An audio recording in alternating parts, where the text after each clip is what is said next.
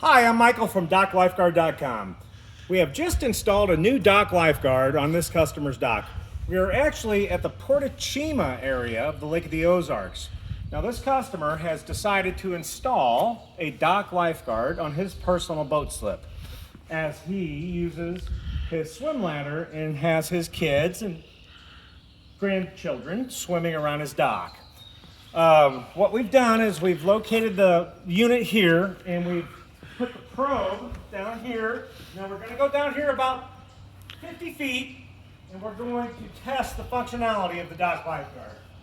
What I'm going to do is inject electricity into the water to test its functionality. Here we go. I'm going in. Out. One more time.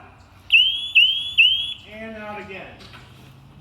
Now as you can see, you will get both a audio alert that there is excessive stray voltage in the water, and more importantly, you will get a level indicator showing you the exact amount of stray voltage that is in the water. Stay safe in the Lake of the Ozarks by visiting DockLifeguard.com.